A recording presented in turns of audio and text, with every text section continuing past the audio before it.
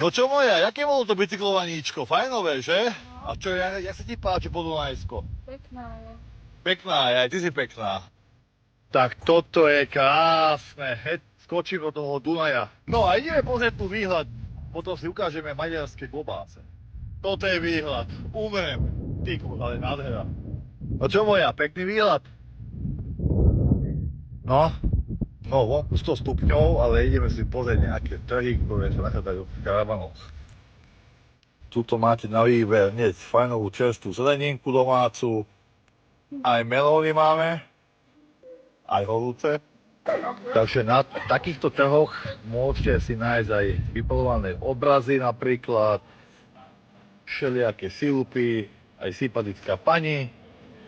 Takže je tu veľký výber. Lekváre, čaje. A keby ste boli že veľmi hladní, tak sú tu aj práve domáce halásle a iné pochuťky.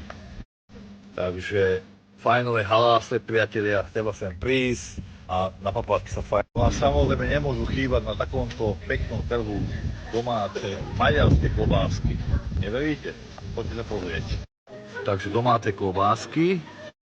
Tuto máme všelijaké paštéty domáce. No a teraz si ukážeme, ako sa robí dobrý langoš domáci.